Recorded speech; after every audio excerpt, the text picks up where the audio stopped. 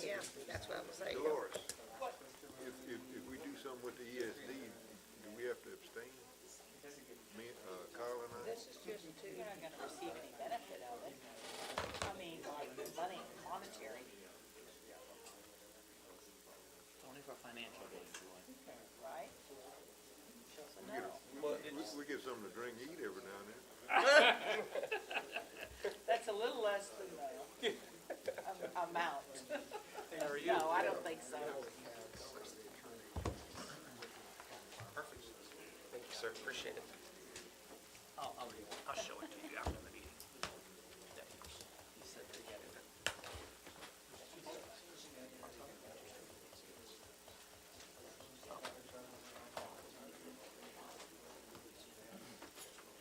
That's, we did.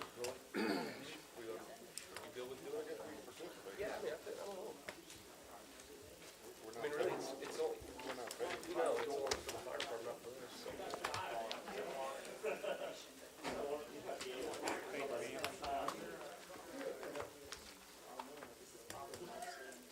Okay.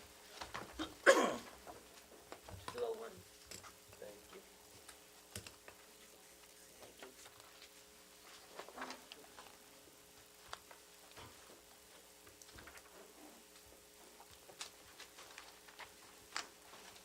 Apparently there are two ladies that, I'm gonna go ahead and get started. They can just come in.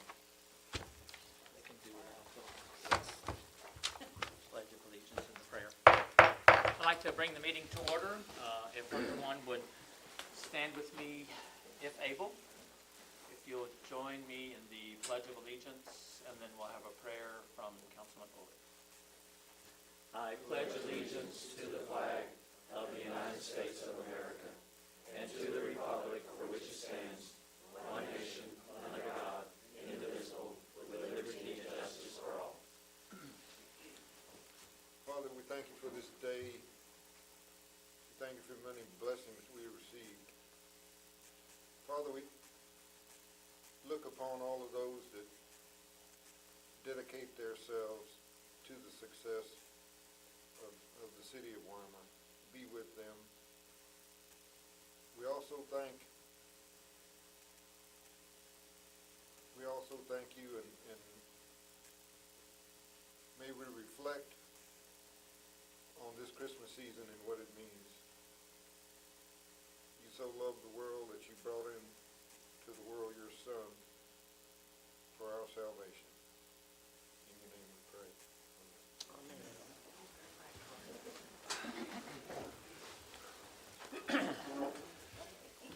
You got a runaway chair.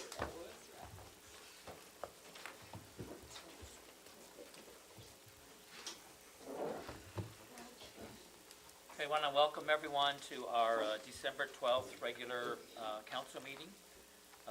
Unfortunately today, or fortunately today, we're starting at 2 p.m. because we have a festive evening lined up for our Santa parade and the kids to enjoy, so we wanted to make sure we have time to everyone to be able to participate in that. So welcome everyone that's here today, and I'm going to jump into our agenda items.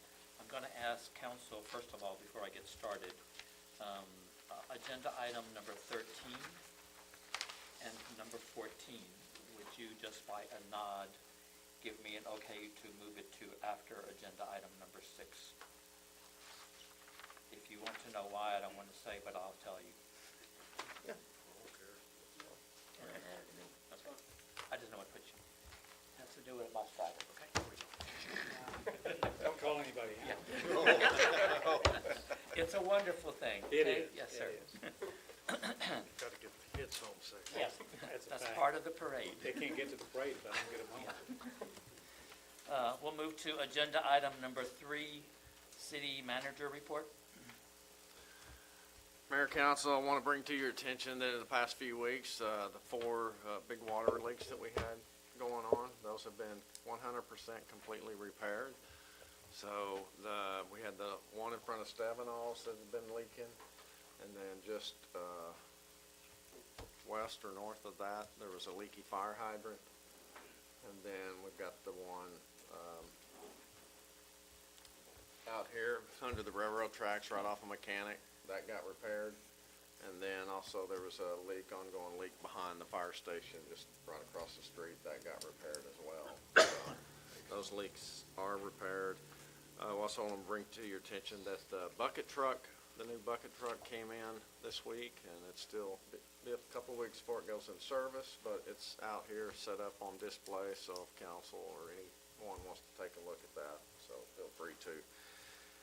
And if you want to do it now, come peek under there. It's the one over here, right? Yes. He points back over there. but I think do, it's I do across the that a street. lot, don't trust my I pointing. just was, so- I was wondering, I'm like, where's it? It's Yeah. from there or there? Peek under the curtain here. I've You'll already see. seen it. It's nice.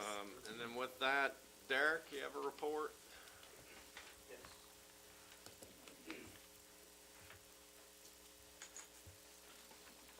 With the holiday season coming up and stuff, we'll be going around doing another limb pickup, probably starting, say, middle of next week, to where we, citizens could gather their limbs and stuff like that before the holidays. We'll go around, pick them up. Then otherwise, we had 2 sewer collapses that we went ahead and worked on. One was on North Center, and then one was over here on East Post Office Street. Then otherwise, we just had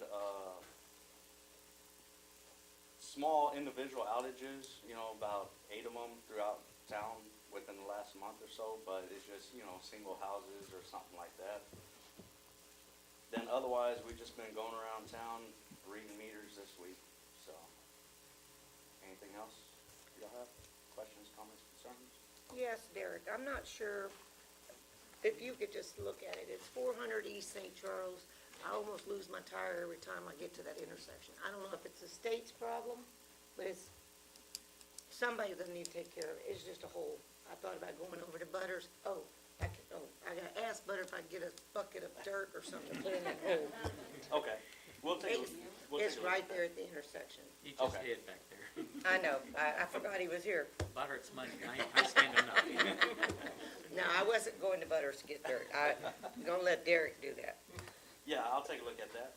It's not a big hole, just a little hole. Okay. Mr. Tucker? Derek, this is for you, and I guess Richard made that really good suggestion at the last meeting, how we could mitigate this whole surging thing of the entire household. And we talked about that surge protector for the entire house and as it goes into your breaker box. Correct. We figured out how we could publicize that to the public at large. We talked about that. We did, and we did a lot of research on it. Nobody puts anything up.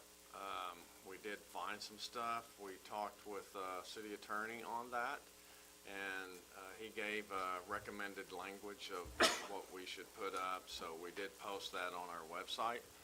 So it's very little. It's basically just making citizens aware that that is available and advises them to consult their licensed electrician to give them advice based on their own individual circumstances. Very good. So it is posted though. That's all we can do. Good, yes. Got to mitigate those squirrels.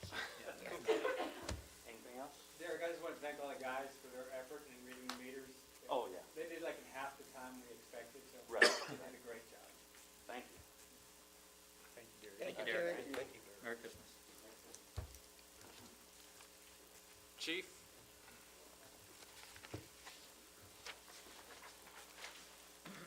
Good evening, Mayor and Council again.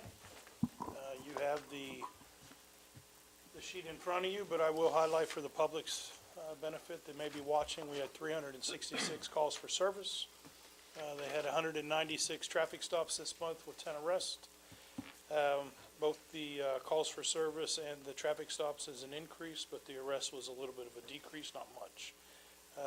Currently, we are accepting a couple applications for some officers, one being a full-time officer and then also the SRO.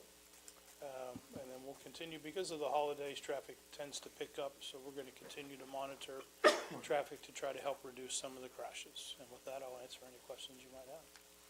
I got one question, Chief. Yes, sir. I noticed the other day, a unit that on the driver's side front door didn't have a logo on it. I've got a couple calls on that too, just figured I'd ask on that as well.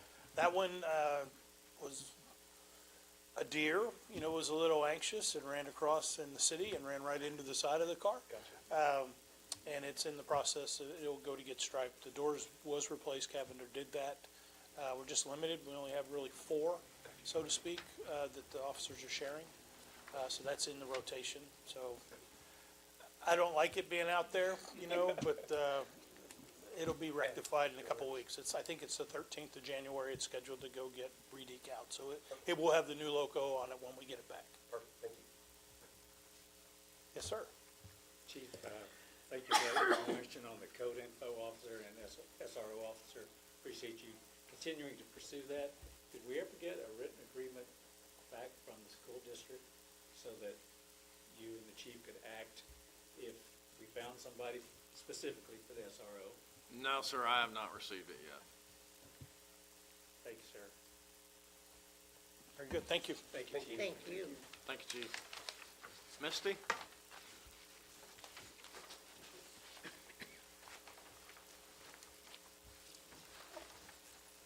Good evening, council members and mayor. All right, for the library, we are holding 72 holdings, meaning materials in the library, so we're doing good on that. We finally made our 1,700 mark of 1,700 patrons, so we're getting those cards out there. We have 269 books and materials on loan right now. People that have been using the Libby on the ebooks and the audiobooks. We are at 37 audiobooks being used, and then ebooks, we've had 68 ebooks being used. It's a little bit slimmer down from the holidays, but everybody's still using it. Also, with our visits at the library, we went down to 423 visits, whereas in October we had over 600. So, and that includes because we weren't open on the holidays, so it kind of makes a little difference there.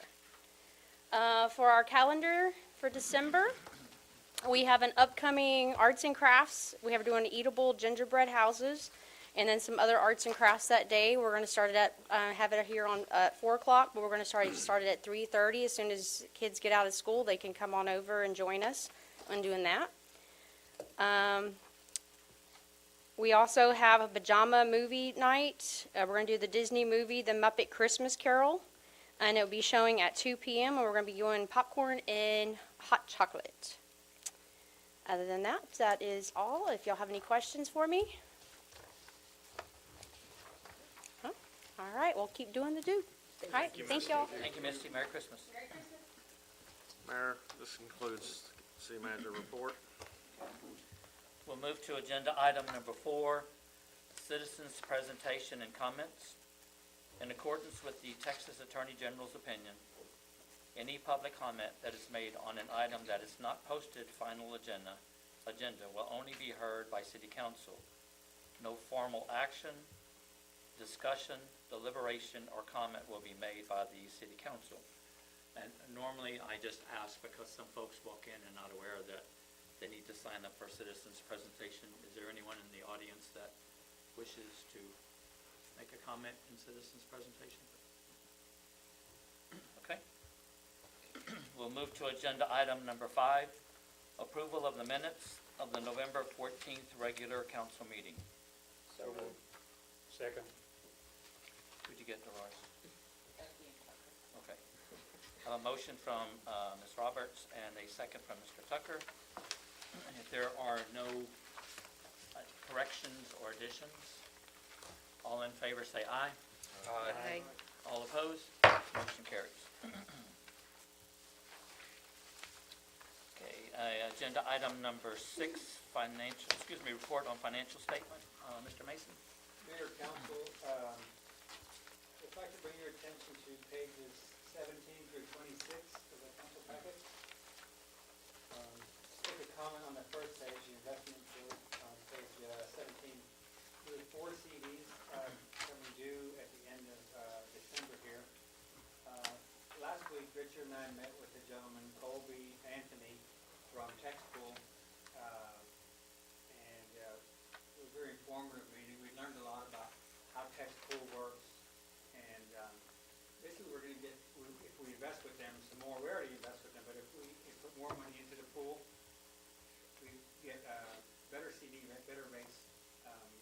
CD typically is going right now. And it's also liquid money, so we don't have to wait till it matures. There's no penalty to take the money out early, so if something comes up, we can then take the money out and purchase whatever we need to purchase.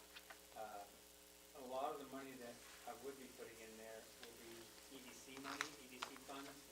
So they can stay there for a while. If something, we have to purchase a piece of land or something from EDC, it would be available at any time. So that's the option we have now, and I think we're gonna probably move forward with that.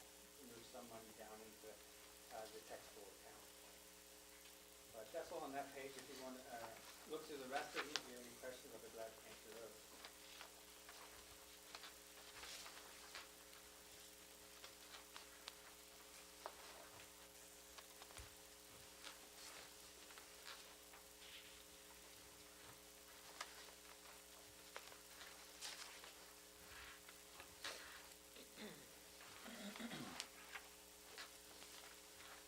And after you finish your review, just give me a nod.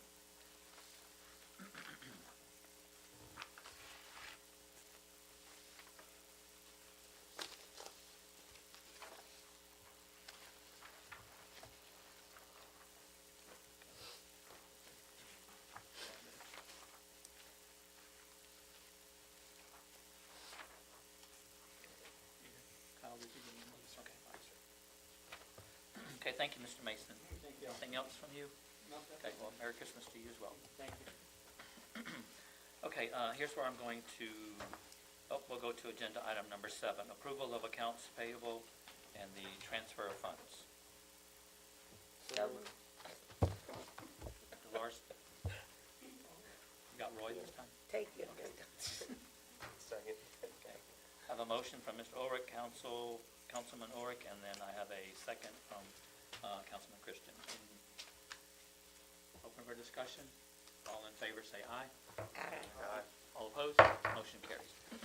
Okay, here's where I'm going to jump to agenda item number 13. Discussion and action on resolution by Weimar City Council consenting to the inclusion of municipal and extraterritorial jurisdictions in proposed Colorado County Emergency Service District Number 1, countywide. I do have two folks signed up to speak on 13. We have Mr. Katz and Mr. Jones. Mr. Katz, if you will step forward, and if you will introduce yourself, and then after you have spoken, Mr. Jones will come up after, okay? Thank you. Thank you, Mayor, members of council. My name is Howard Katz. I'm an attorney. I am working with the Colorado County Firefighters Association for the establishment of an emergency services district in Colorado County. It would be county-wide. I'll go through briefly the process that brought us to today, and happy to take any questions as we discuss or at the end. An emergency services district is a political subdivision of the state of Texas. It's created under Chapter 3, Section 48E of the Texas Constitution, and then its governing authority is Chapter 775 of the Texas Health and Safety Code. An emergency services district is to be established to provide those services, emergency services. Fire suppression, fire protection, rescue, EMS first response, EMS, and other types of emergency services related to those overall services. The process begins with a petition signed by no fewer than 100 registered voters who own taxable real property, in this case in Colorado County, who wish to put to the voters proposition to create an emergency services district. That's been done. That petition's been presented to Commissioner's Court. Commissioner's Court has accepted it and has set a public hearing on that petition for January 13th, 2025. Now, as also part of the petition process, the inclusion of a municipality and the ETJ of a municipality has to be first approved, consented to if you will, by the city council in order to move forward. On January 13th, the Commissioners Court will receive public testimony for or against the creation of the district and the calling of the election. The election will likely be called, assuming the January 13th Commissioners Court meeting goes well, will be on January 27th. That's when the election will be called. Now, the city, in terms of opting out, can do that through the council process. No, we just don't want to do it. Or they accept, and it goes to the voters, and on election day, the voters of the city have a second chance. They can also vote no, and thereby opt out of being in the countywide ESD. So that's the process. That's why we're here today, to present the petition, the request for the consent to inclusion of Weimar in the election process. So on election day, the overall vote first has to be positive. There has to be at least one more vote in favor of creating a district than against it. If that's the case, then you go into the individual tabulation of the municipal votes. And again, that has to be a positive vote for ultimate inclusion in the proposed ESD. Once the district is created, and I'm going to take that assumption for the moment, it's governed by a 5-member board who are appointed by Commissioners Court. They serve 2-year terms, and they alternate every other year. Either 2 people or 3 people would be up for reappointment. The maximum tax rate for an emergency services district in Texas is 10 cents per $100. So the estimate on for this ESD, if all municipalities approve, and is an overall approval, is about $3 million. About a $3 billion tax base throughout Colorado County, and at 10 cents, that would be about $3 million. They're governed by the same stringent tax code requirements as the city and county are in terms of setting your tax rate each year, having to do public hearings, having to possibly put it on a ballot measure. All of those things come into play after the creation. First year doesn't apply because there's no prior year to compare it to, but then after that, you have to go through the whole truth in taxation, just like every other entity. The anticipation certainly is that the ESD will do contracts with the various service providers throughout the county. Weimar Fire Department, Columbus, Eagle Lake, all of the Sheridan, all of the different fire departments. I mean, I think firefighters can correct me, but I think there's like 9 or 10 that I've got on my radar as far as who's going to be providing those emergency services. On setting the tax rate, and I've gotten this question a lot, had a chance to talk briefly with the mayor about it. Excuse me, a lot of property is under ag exemption. That's a state exemption, so the ESD, in going through its tax rate setting process, don't have a vote in whether to grant or deny an ag exemption. That's in place, and that stays in place. The other exemptions, local exemptions, like homestead, over 65, disabled, those are exemptions that the ESD board from time to time will take up, just like you all do, and other entities in Texas. Those are local option exemptions.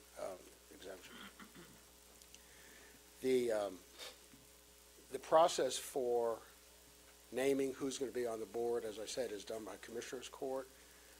I can only tell you from past experience, the Commissioners Court is going to be looking for good candidates to consider, taking into account the fact that this is a county-wide ESD, assuming everyone votes for it, and that there needs to be representation. Now, you've got 4 county commissioners, I think each of whom is probably going to have little bit of a say as to who's going on the board, and the judge as well. And so that's something that will come up, and again, it will go on from time to time. They serve 2-year terms, the ESD commissioners, and commissioners' courts determined who would be on that board. I can take some questions as to what we've discussed thus far. Yes? The petitioners that have signed, Yes. how are they contacted? Are there signees from Weimar proper on that petition? There are. Do we have any idea of what percentage that represents? I couldn't tell you that. I have the petition here with signatures, and it's on copy with the city. I can tell you in terms of the verification of the signatures as to who was registered and who did or did not own property, Weimar had a pretty good representation on that petition. Quite honestly, I know when the county did it, when they got to 100 good signatures, okay, we can move forward. It was throughout the county. I received signature pages from every fire department that I'm working with, whether it's from Sheridan, from Columbus, from Weimar, Eagle Lake. And there are a lot of county signatories, people who live in unincorporated Colorado County. Now, some of them may have been in the ETJ, may have had a Weimar address, but they in fact may have been in the ETJ of Weimar and Columbus and Eagle Lake. But yeah, it was pretty widespread. I think you would see good representation from all 4 corners of the county. And how is that petition verified? It's done by the county. The county voter registration office goes through the registration and property ownership to do a certification to the court that there are sufficient signatures for the petition to be taken up.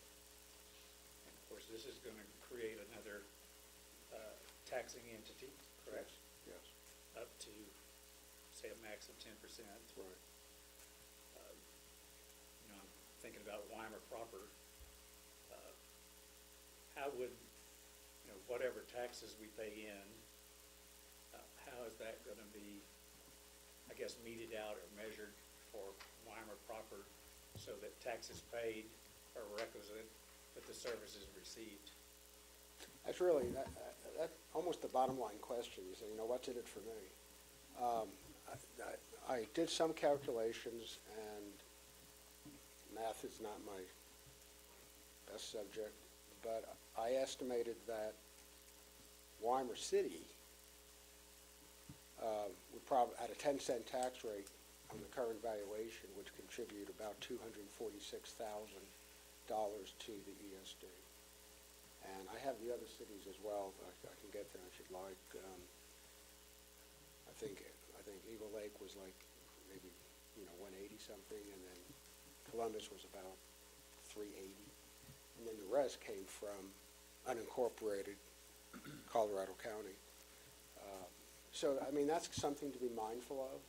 I looked at the fire budget for Weimar also, and it looks like it hovers somewhere from 48 and then retirement system, up to 100 plus something thousand for the fire department. And I saw their previous capital outlays also for the fire department. But it kind of looks like an equivalent. So I can't really stand here and tell you that there's some law written somewhere that says if we get 246,000 from Weimar, we got to give them 246. You may need more. Elsewhere in the county may need more. And when you take those cities, there's still quite a bit of money that's out there to cover the balance of a county-wide ESD. Just estimating those numbers I just gave, you're probably talking about maybe $600,000, $700,000 on municipal. Which leaves like $2 million still that need to be used for updating equipment, personnel, a lot of the things that you do now with Weimar Fire Department, that would then be assumed by the ESD. One thing that's, I think, interesting, and I'm not sure if it was gonna come up or not, is I know there's a retirement system that y'all have for fire department. That's another thing, I mean, I was certainly would not be advising an ESD that's taking on a fire department that has municipal funding to say, well, we're gonna cut out that. No, first of all, you're gonna lose members, but secondly, it's not right, it's not fair. And also, by having it, you're gonna help attract people to be coming into that fire department and thereby to the ESD. Also, I would think that there would be a needs assessment that's done. Now, I really think the fire department's already done a lot of that, and they can speak better of it than I can, but I would think the ESD, as a policy matter, would do a needs assessment to see what do we need? Where do we need another station? I heard some difficult response times just because of distance to get here to there, and also inherent in certain volunteer fire departments. There are times when you just don't have all the staff that's necessary to make a call at 3 o'clock in the morning. You're all talking about a wreck on I-10. You need traffic control. You need support for EMS. You may even need support for law enforcement. And fire department with their big red trucks, if they're red, provide for that. Well, if it's a volunteer-based department with some duty crew, that can be a challenge, and that's what the ESD is going to address. The specificity of it will be based on the information they get and gather, and then implement over the course of a year. And that appointed board would be making those decisions about the monies and disbursement, right? Correct. And that board remains appointed. It's never an elected entity. It's always appointed by the commissioners. As right now, the Harris County, outside Houston, but Harris County and a couple of other counties, multi-county districts, like Harris and Fort Bend or Travis and Williamson, they're elected, but all of the other 320 ESDs in the state are appointed in the process that I outlined. And they say appointed only by getting approval by the 5-member Commissioners Court to renew a 2-year term. Every term, except for the first year, the first year, everyone appointed serves 1 year. So on January 1st, 2026, all 5 seats will be up for reconsideration. They may get reappointed or not, but they serve only a 2-year term, and then they stagger. So any given year, 2 people or 3 people on the ESD board are up for reappointment. And I'm assuming there would be public hearings throughout the county. Leading up to the election. Information can be provided, questions answered. Leading up to the election? I would think so. I mean, I know fire departments have been talking about wanting to do town hall meetings to get the word out, to be able to answer the kind of questions like we're discussing today. We don't know that for sure, but we're just assuming that's going to The happen. town hall, I think you can take that pretty much as a given. There are 2 kind of voters that you have, well, 3 kind. You have a voter who shows up to vote yes, you have a voter who shows up to vote no, and you have a voter who doesn't know what's going on and just shows up through no fault of their own. Really, the fault is that we didn't educate them enough to get them to come out. And someone who's not educated and sees a ballot proposition that has the word tax in it, It's almost automatically a they're no. probably going to go the other way. So it's incumbent for a successful election for the fire departments throughout Colorado County to get the word out, to get the questions answered that they may have. They may combine departments, just so we don't have 20 town halls or whatever, to kind of make it a little bit more concise. But yeah, I think it's imperative that be done, the outreach be done. We've got some questions, why haven't you done that yet? It's a little premature. A, sure that they're going to have an election. And if it's from a city, we don't know for sure if that city is going to be part of the election process until the city council acts. So it's incumbent, once that election is called on January 27th, that they definitely have outreach at that time to get the voters informed. There may in fact be at least one presentation prior to January 27th to just get the, people to know that there's a public hearing, and if they want to ask questions of Commissioners Court or of the fire departments, that would be an opportunity to do that. But after they call the election, Commissioners Court, I think you'll see in Weimar and elsewhere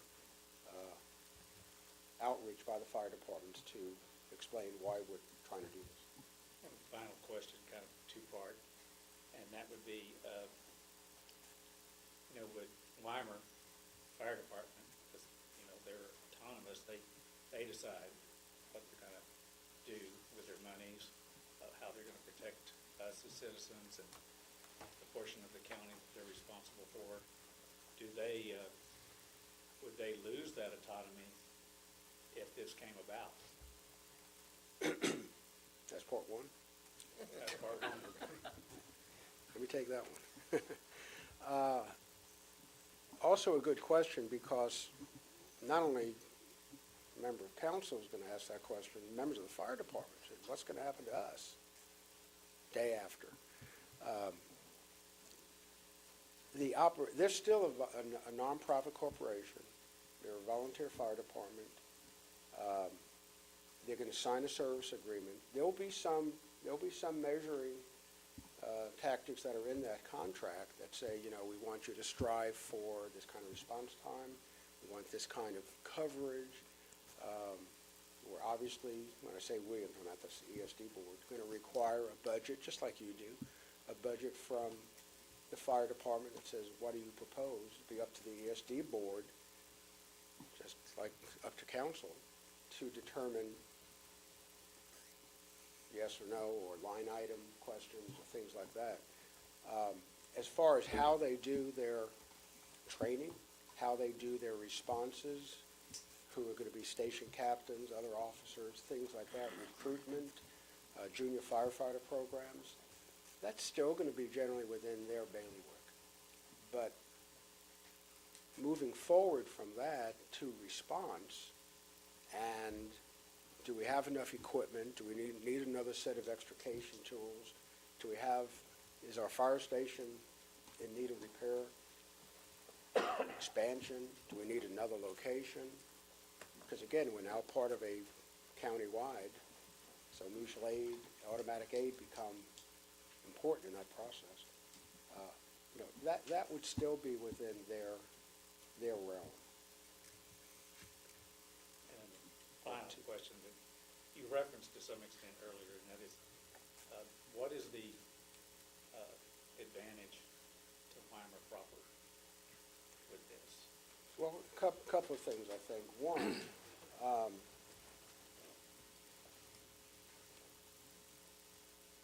the funding of, in this case, a countywide ESD, but also including Weimar, is now going to be shared by all of Colorado County.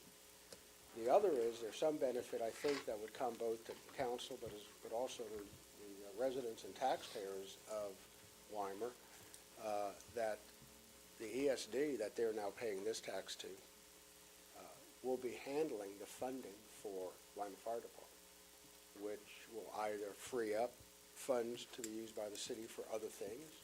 That may be that hole that you were talking about, something like that. That would become an important thing. I've received the question over the years many times, isn't this double taxation when a city provides funding? No, it's single taxation.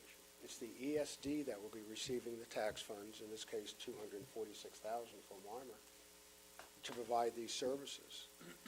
And again, whether it was $48,000, $80,000, $105,000 under the different budgets for Weimar Fire Department, the ESD is not going to be expecting the city of Weimar or the taxpayers of Weimar to be funding that anymore, because the ESD is taking that responsibility on. Now, as far as, benefits and rifle sale, auctions and cake sales and all that, that's fine, I mean, that's not tax money, so if they want to continue that, they can, and I don't think it's a bad idea, because it keeps the local community involved with their fire department, because it's still their fire department. It's just, it's under a different funding structure, but nothing else would change. The other thing that the ESD provides, and can provide directly to Weimar proper, is access to the funding. The ESD would have access to tax-exempt funding to do the things I mentioned about buying a new truck, or maintenance, or updating existing station, building a new station, training and all that. The ESD is able to do long-term financing to provide funds fairly quickly without burdening a city, or the county for that matter, with a debt obligation. It'll be assumed and taken on by the ESD for them to make those decisions, again, based on the needs analysis, based on the year-to-year budget that the ESD and the fire departments will go through. Hope that kind of answered the question. These guys just work so hard in protecting us, and want to make sure that they are protected in what they do. But it's a incredible service to the community, and we respect what they do. It's pretty unbelievable, actually. I certainly appreciate that sentiment and echo it as well. Thank you. So the process now, I know there's another speaker, so I don't want to necessarily take time away from them, but, so what's being requested today from our standpoint is if you'd be able to consider taking action today to approve the resolution to allow the inclusion of Weimar in the proposed ESD for the calling of the election, and then let the voters decide on that day, election day in May, yes or no. Mr. Katz, I have two, maybe three questions, and just getting these off of your presentation here. Is there something in this contract or resolution that Weimar, for example, there's certain requirements, and if our city didn't meet those, will we not be getting a certain part of those funds because we didn't do something? I can't see anything that would deprive the Weimar area of the use of funds. Okay. Yeah. Just didn't know if there was like, well, you guys No, don't no. have enough volunteers, or you didn't do 5 calls or something like that. That's exactly why the ESD needs, I think, to be established to address that kind of very specific question. But in this case, on a countywide basis, and certainly Weimar needs to be the beneficiary of those considerations also. Yeah, definitely. Now, if the city of Weimar City Council decided to zero out its tax rate, wouldn't affect the ESD. Now, if there wasn't an ESD, it might affect the fire department, might affect the funding for training and things like that. But in this case, the ESD has a right to the taxation, and you have the right to do your budget and your tax rates the way you feel best. And second question, is there an exit clause in the contract? Well, you're saying contract, you're talking about the resolution? Yes, the resolution. Yeah, I'm just If the looking at vote, terms. if the voters vote no, that's the escape clause. So if they vote yes, and then 2 years down the road, like, God, this isn't working for us. No. Okay. No. Not an exit, okay.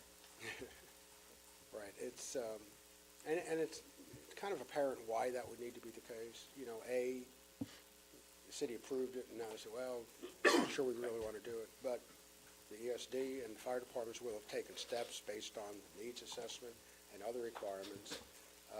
So under the current legislation, there is no exit clause in that sense. The whole ESD technically can be dissolved at an election, but that's pretty hard to call. It's covering all the ins and outs. Right. That's where I could do it again. You have that third question? Third question was kind of answered in that. Okay. I have a question. happens to the assets of the city? Fire trucks, buildings, things like that, what happens to those? I would expect Dave Mason Band would ask me about that.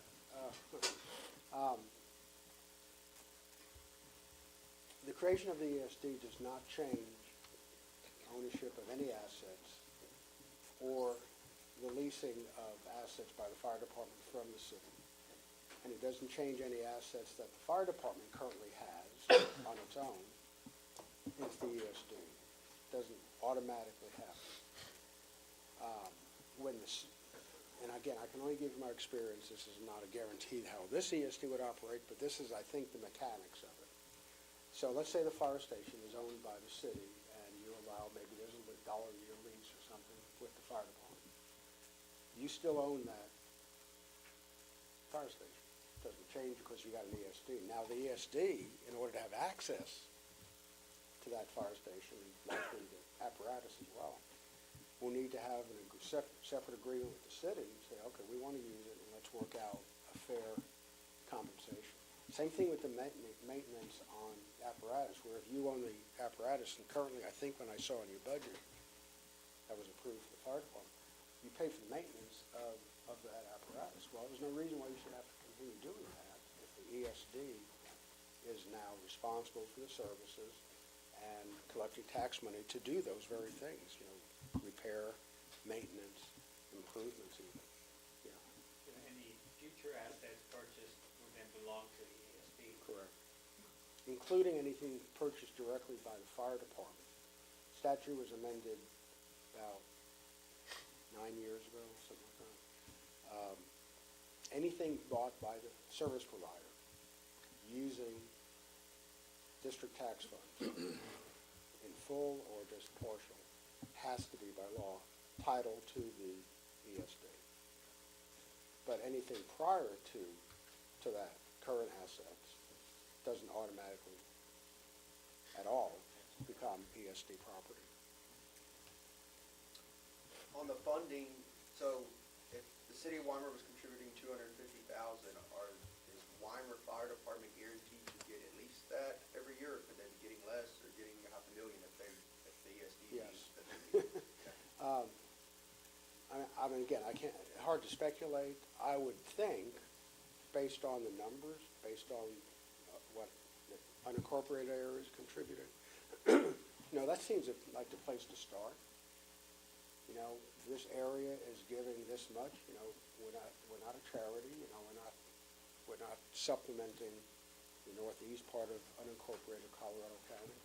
So I would think that certainly is a starting point. The taxpayers say, hey, we give this much, but you're only doing this much. Now, from year to year, there could be some fluctuations there, but I think that's a fair starting point, that if I'm paying tax, I want to see what benefit I'm getting.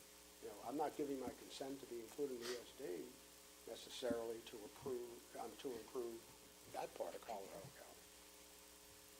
So, I think that's a fair assumption by the voters that if we're paying taxes, we're going to see the benefit of those taxes. And the board's gonna decide who the taxing authority is, and who's collecting, and the cost of that is assumed by the ESD. Collecting the tax money? Yes. Yeah, by statute, the county tax assessor collects the ESD taxes. And it'll be part of a consolidated county tax bill. So whoever else the county collects for, if they collect for the city of Weimar, they'll see an ESD line item as well. So the city's gonna. But it goes through the county, right? Yeah, will be funded by the county.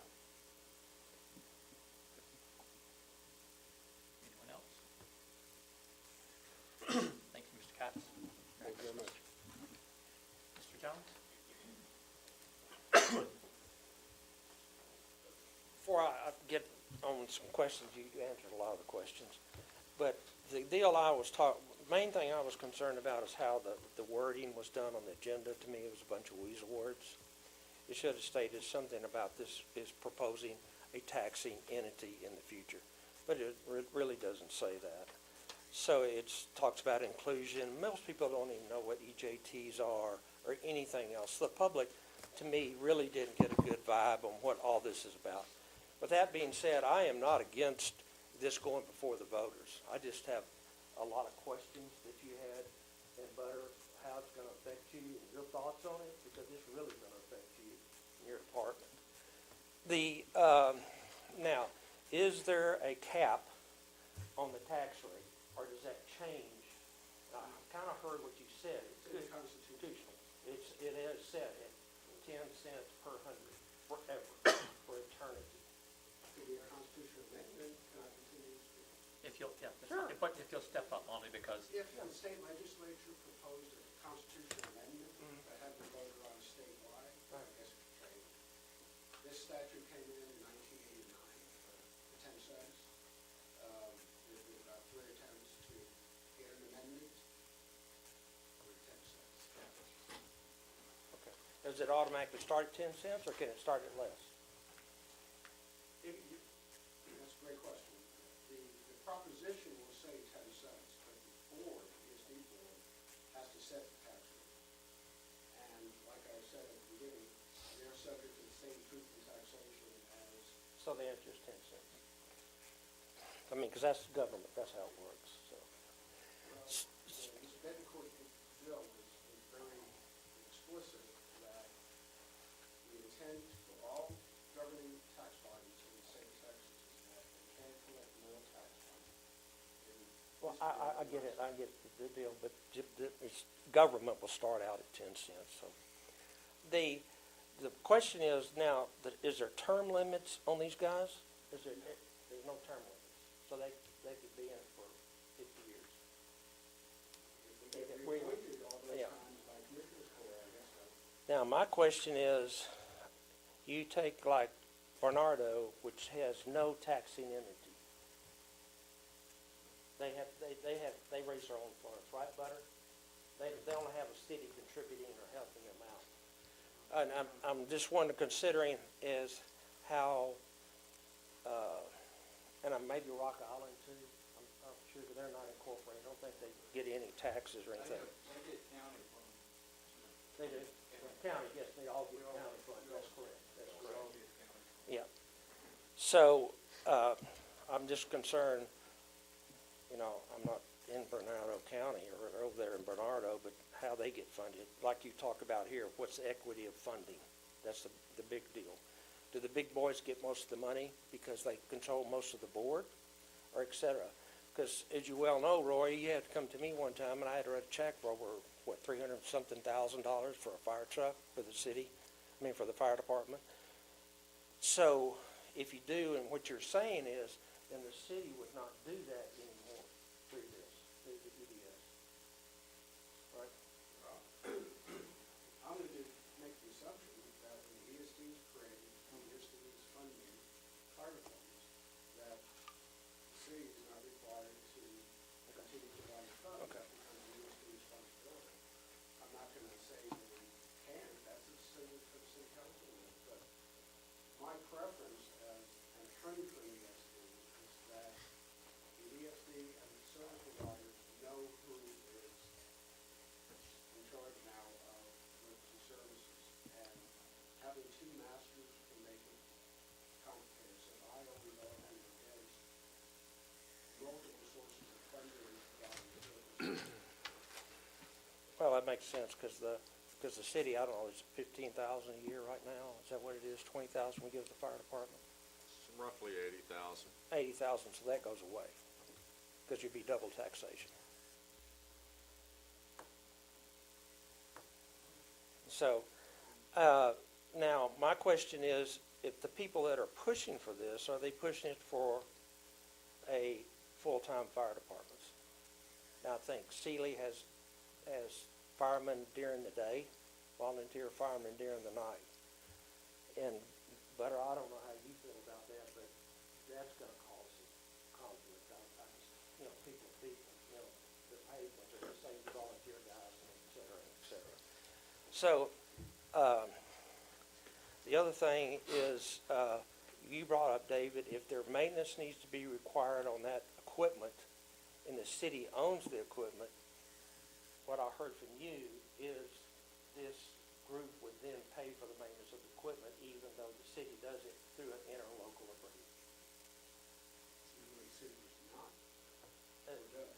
city owns the equipment. So when you draw up an interlocal agreement, that's all spelled out in that interlocal agreement. Okay. You know, the tax base, the ones that I kind of know have it, because I did some research on it, they have a bigger tax base, a lot of commercial and all that, where they get a lot more funds coming in. And I'm not against this at all. I think we're a little premature personally, because I don't think we have the tax basis to have it. But Butter, you'd have to speak how that benefits your fire department or our fire department, because you do a hell of a job, no doubt about it. And so what you respond to, because that was my question. The main thing is I had that on the agenda item. There's a bunch of weasel words. Didn't spell it out. And the public needs to know that. And then when it comes before the electorate, and I think we need to have town hall meetings here in this town so people understand what they're getting into. And we need the fire departments. We need the EMS. There's no doubt about it. There's not enough funds to go around to do all this stuff. So this is one way of creating that. But the county, I wasn't asked to sign a petition. Were any of y'all asked to sign a petition? So I don't know how this all came about. But anyway, with that being said, again, I think the agenda item was a bunch of weasel words, and this could lead easily the public not to understand what we're talking about here. And I thank you for your time and explaining a lot of the information. I've got to go. I have a company to run, so I have to go. So anyway, thank y'all for your time. We'll see you. Thank you, Butter, for y'all's effort, okay?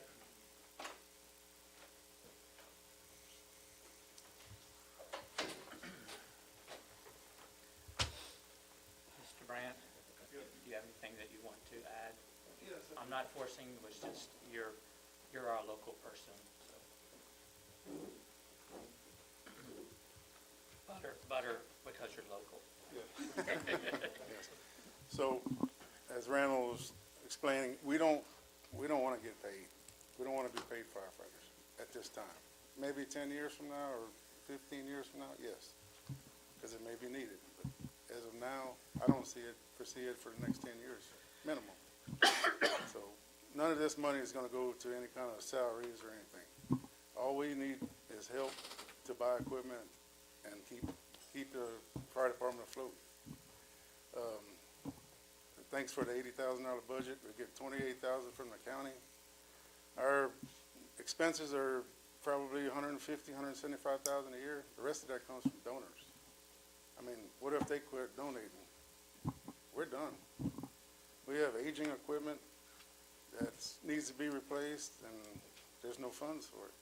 This is our only out, unless the city doesn't have any extra money to throw at us. So the county does it. We asked them already for more. We got a little bit more, but not near enough. And it's just a matter of time before we're in a bind. And it's going to be 2 years before we see any money at all from this, if it does pass. And we're going to need it. Council, anything from Mr. Brandt? Thank you for your work. Sure, no problem. Thank you all. The folks here are going to rely a lot on you.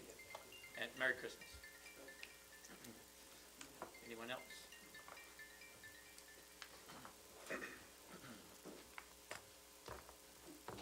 Okay, so agenda item 13 is discussion and action on a resolution, so.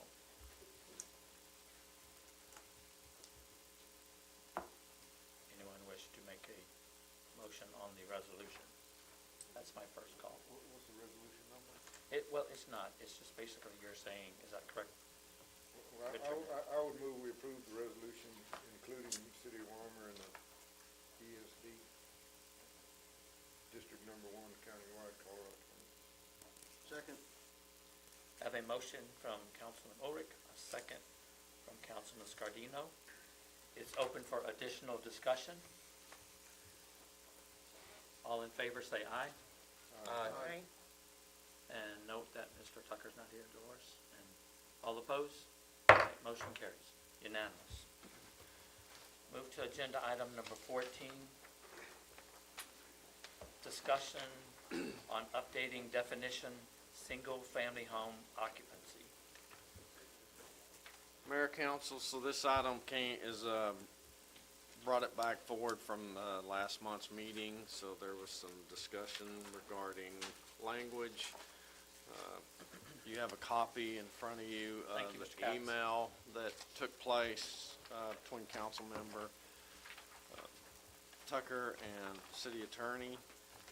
City attorney made a recommendation on really the definition of family as is spelled out in our zoning ordinance. So that is what's before you is we're only asking for discussion. There's no action will be taken tonight, but is council interested in And Mr. Tucker's not updating? here, so he's kind of the primary lead on this, but does council have any? So I would like to note that, I did make a couple phone calls asking, seeing if any of the cities around us had anything in their ordinances. It's not, from what my phone calls I've made, there really is nothing. I don't know if if they're not experiencing what we're currently experiencing, or if they just don't know about it. But I do think it's something we definitely need to look into addressing, or I don't even know how would we enforce it, is the next question. We looked at several places also. Most cities avoid this because it is a very delicate, sensitive issue by just the nature of what we're talking about. So, most of the stuff that addresses, and Chief, you can feel free to jump up here in your experience and research on that, because I know you did most of that research, but anytime you start drilling down more specific than what's already there, becomes very challenging to enforce that any further without violating people's civil rights. Yeah.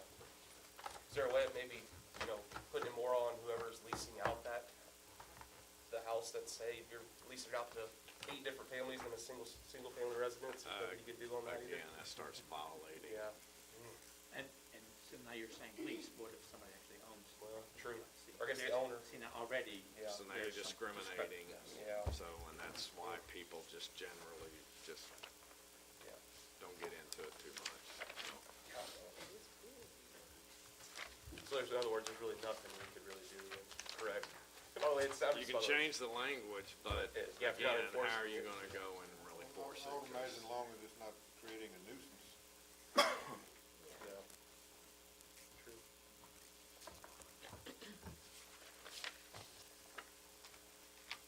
Again, no action is to be Yep, taken I'm just- tonight, so. I'm getting the nod from everybody that they're okay. Okay. We will move to agenda item number 8, presentation and discussion on Texas Film Corridor. I do have 2 folks that have signed up to speak on on that agenda item. Mr. Norris, if you'll step forward and introduce yourself. Dylan, you want to join him up there? Okay. And Mr. Davis, still a Dylan. Council members, Mr. Mayor, how are y'all doing today? Happy holidays. I am Robert Norris. I am the chairman of CID. How's it going, y'all? I'm Dylan Davis. I'm the CEO of CID. And we are proposing to bring soundstage facilities to this area. Not because we're a studio, not because we're movie makers, but because of the jobs that can be created. We are looking to be the developers for the film industry. Unlike a lot of the people that have been trying to do this in the state of Texas, we're here to actually bring the jobs for Texans, not bring a bunch of people out of the state, a bunch of other places to get these jobs. This is about growing a city, allowing that city to become what it wants to be in the extent that it wants to be. So it might not want to grow to, 500,000, but whatever size it wanted to get to, and then allow your neighbors and your county members to be able to grow as they want to, as you do, so that it's a supportive infrastructure that works together. That's what we're looking to do. On the technical side of things, how we bring that to Texas is very important. How do you attract the film industry to Texas? Well, it's always about tax incentives with them. It's always about how people can make money. We have also found a creative way to which a tax incentive could be implemented by your city that would not drain your coffers, as well as us wanting to partner with the city so that those coffers can also be, our coffers can put money into yours. And that's the, And the city has a direct say on its future and a direct input on the control of the film industry for the next 50 years. and the difference is, much like the discussion with the fire department and having money and funds to take care of things. These are the type of industries that will dump a huge amount of money into a city. They spend at least 20 to 30% on location. So if you're doing a $20–30 million movie, you're getting 20 to 30% easily spent there, not counting the people that are actually there working in your city at that time. For every dollar that's spent on production locally, or spent on production, that translated, and this is going off the state of Georgia, the broad film incentives to the state, it translated to about $6.25, or $6.25 of GDP. So there's a tremendous amount of economic impact just on bringing, the actual film productions here. And then there's, added benefits of all of the supporting businesses, all of the, carpenters, electricians, and other jobs that are created to service all of the films. Because a movie is a microcosm of the economy. You need every job you can think of on a large-scale movie set. And obviously, everybody within the town, the city of Weimar and Colorado County is on the ground floor getting an opportunity to fill those roles and start new businesses to address those roles. Exactly. And just think about every business that's already here. There's a place for them. Everyone that has skills here that may have to go somewhere else because the jobs just aren't here, now they're there. We will also implement programs so that if you're an electrician and you want to be a gaffer on a film, well, you can get that training so that you can do that. Your kids will have a different industry that they can work in at the safety of their own home. This is not going into Hollywood. This is not Hollywood people coming here. This is Texas people providing a place for the film industry to bring quality back with that moral value that you have. When we first came to Weimar, I love coming into small towns in Texas.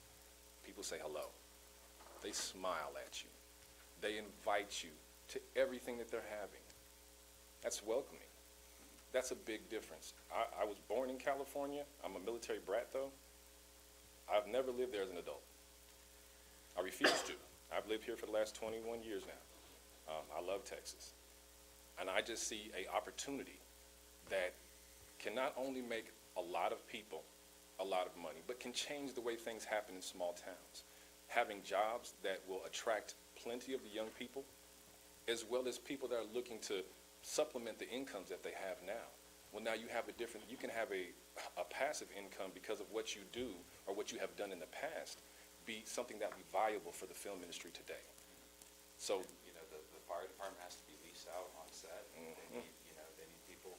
And there's even, passive income to be made if you're shooting a commercial or anything, near or around the fire department building. So there's possibilities and verticals in almost anything you can think of. It's really, if we build out a full list, it'd be 35, 40 pages. yes, it's ridiculous how many jobs, how many different, you think about just animal handlers of all types, not just, what is already kind of present, cattle, horses, dogs, cats, no, everything. There's everything is going to be needed for this place. And we're not going to create all of these businesses. This is for us to do. We have a list of everything needed. So building the infrastructure, we'll be right there with you every step of the way. And we will basically mimic the 30-minute zone in Hollywood is where you can get anything for a film production within 30 minutes. But we're going to take a step ahead, and we're already going to be ready for the production when they come in. Everything that line producer lists, we'll already have it ready, every contractor lined up, so that they're already there to service them. We're also bringing that media into today while bringing back practical filmmaking. And the big difference is, yes, there will be some major productions, but we also work with a lot of the independents that are looking to bring practical filmmaking back and quality filmmaking that actually has value. Not all of the stuff that's just kind of poisoning our children. that part, we are all in agreement, it has to change. And how do you change that? By giving people that look to do better things a better way. Right now, there's gatekeepers in Hollywood still, but they're in a funk. They don't know what to do. We're literally talking to CEOs and owners of companies right now because they don't know what to do. Well, we want to give them a place to come, but we just don't want any of the hoopla you guys have. You come on our terms with our people, and you can come.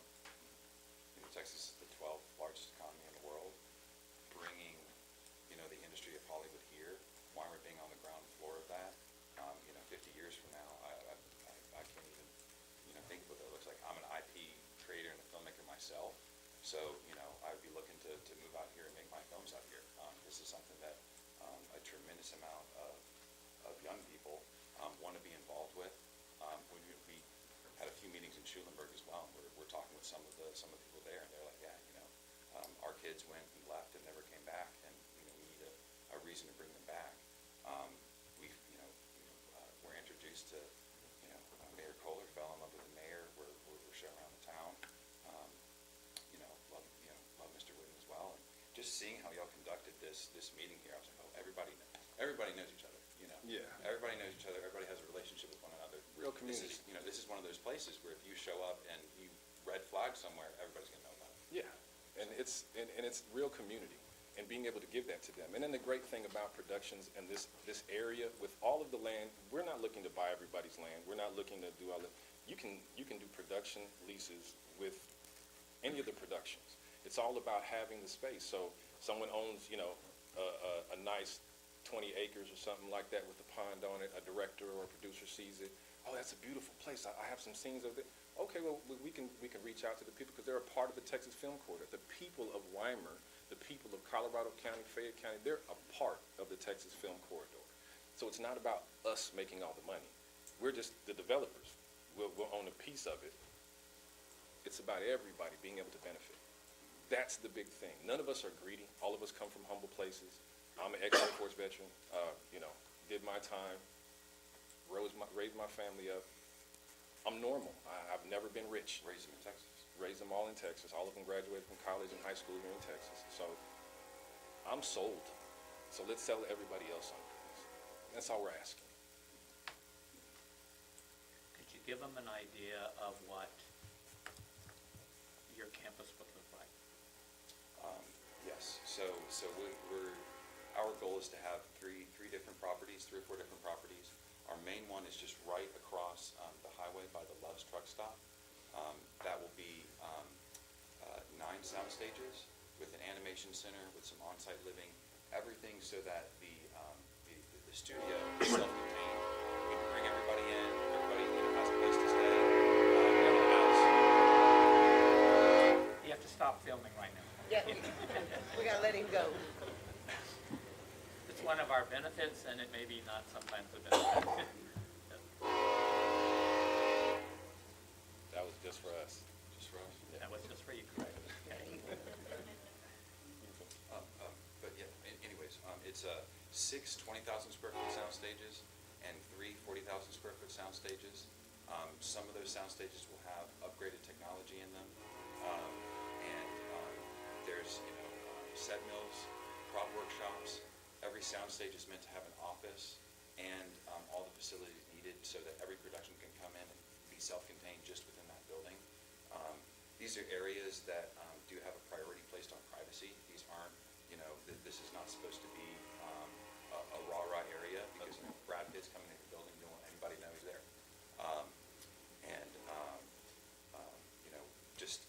I can send over our design packet as well, so you can get a look at the build plans and some of the stuff that we're trying to do. But we also, understand that we don't want to put a bunch of just ugly boxes places. We do value the landscape, we value the aesthetic nature of this place, and so we're looking to maintain that and keep that present. I mean, in some of our other build outs, we have some churches that we'd like to build.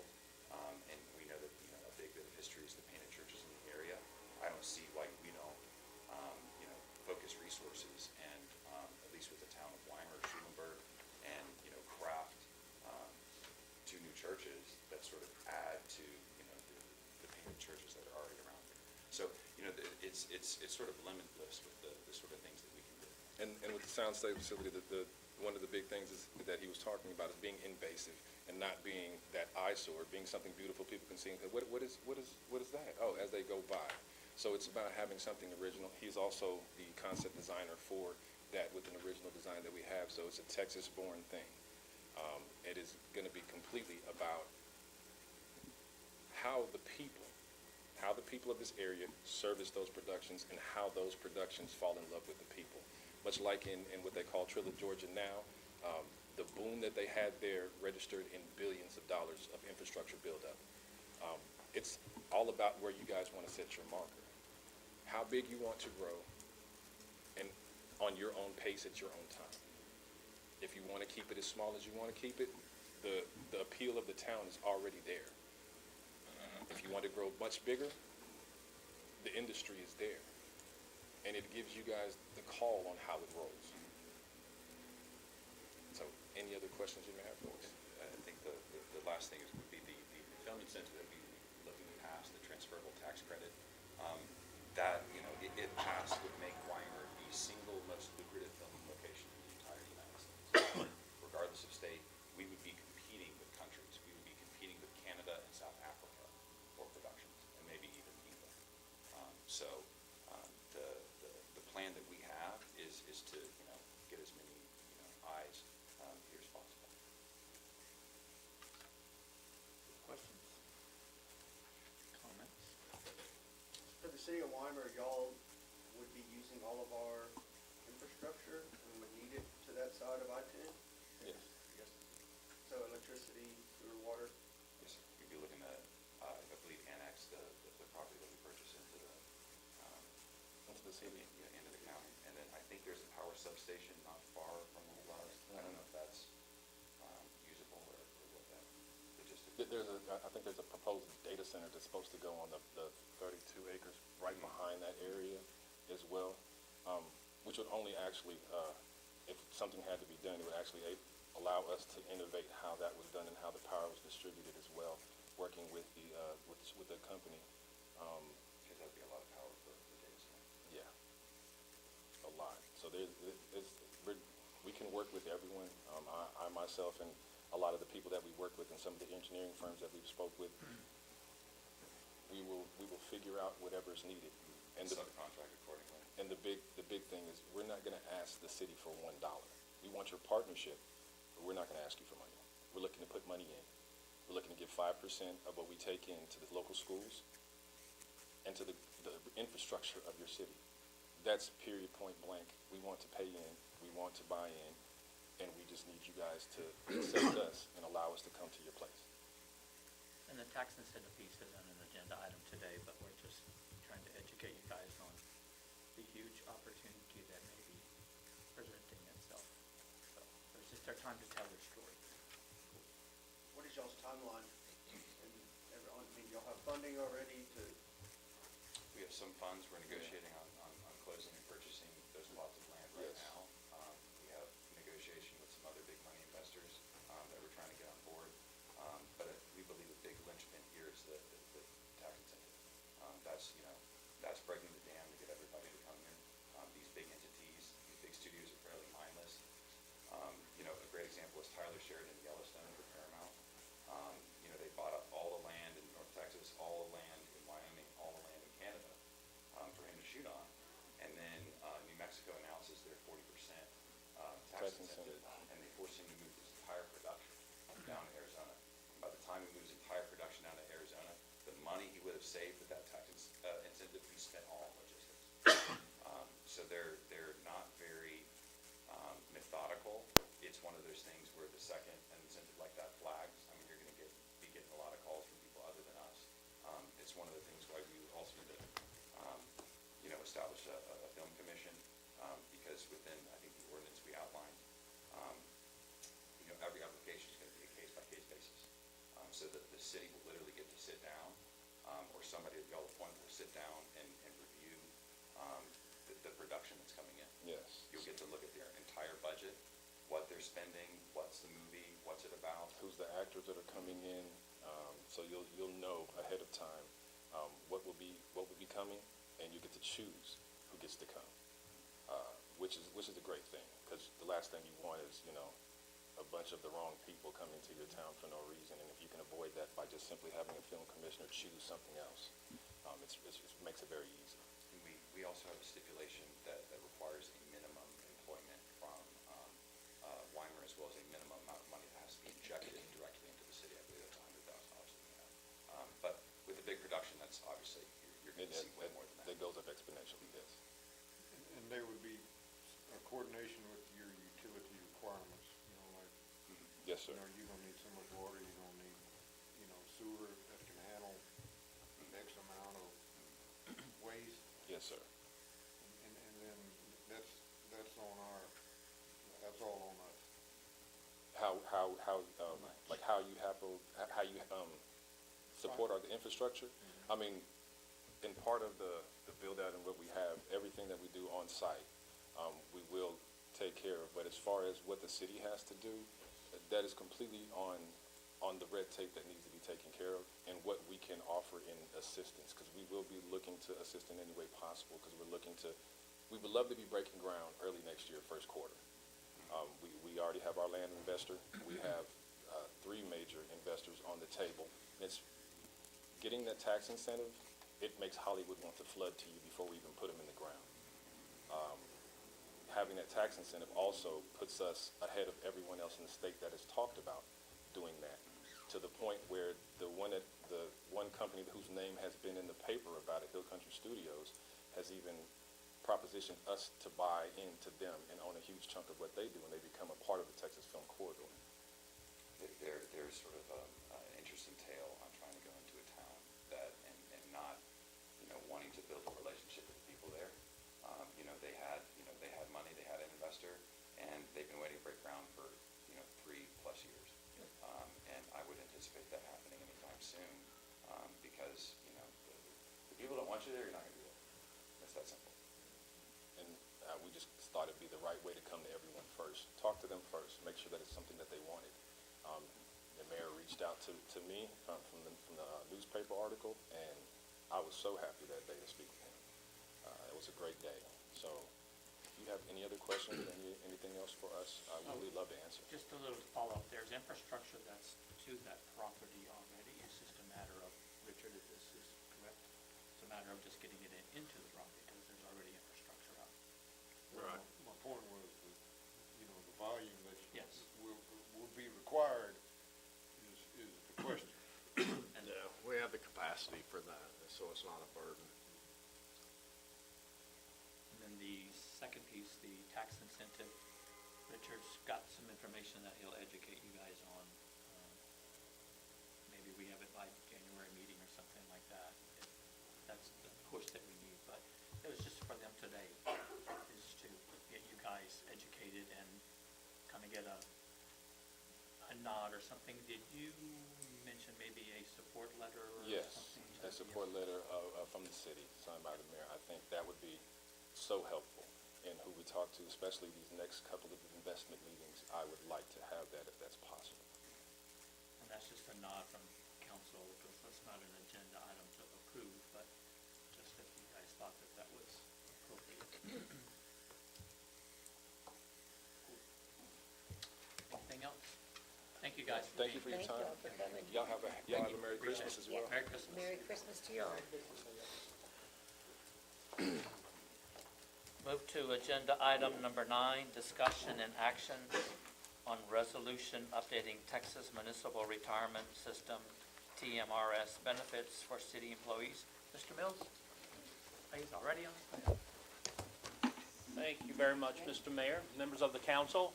I'm Anthony Mills, Director of Education Services with the Texas Municipal Retirement System. I know I speak for our Executive Director and our Board of Trustees and all the staff at TMRS when I say it's a pleasure to be here at the city of Weimer, which happens to be one of the original 8 cities that joined TMRS back in June 1948. We celebrated our 75th anniversary last year, and Weimer was highly publicized along all over the state of Texas for being one of the original 8 cities that joined TMRS. And for over 75 years, 76 years now. TMRS has been the retirement system of choice for this city and many cities, towns, and villages all over the state of Texas. And I'm pleased to be here today as you all are considering changing some of the options that you have in your retirement plan. What I'd like to make sure that you are aware of with TMRS and our cash balance design that we've had really in place since 1948, the city is funding a portion of the retirement benefit. The members are funding the other side of that retirement benefit, and we convert cash balances to a lifetime stream of income for employees who retire from the city. And what we're looking at changing in your options today are the eligibility requirements that employees who come to work for Weimer to qualify for the retirement benefit. First off, you've got to be a vested member, 5 years of service credit, and any age, and an employee can, 5 years of service in age 60, an employee can actually retire from the city. That's one way to qualify. The other way is currently 25 years and any age, and the person can retire from the city, draw a lifetime retirement benefit. What you're considering changing is taking that from 25 years to 20 years. I'll point out to you that most of the cities around the state are 20-year eligibility cities.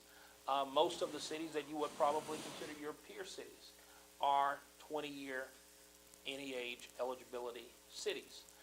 That's one of the options that you're looking at, and that we have run an actuarial analysis to show you the impact that it would have to your plan financials.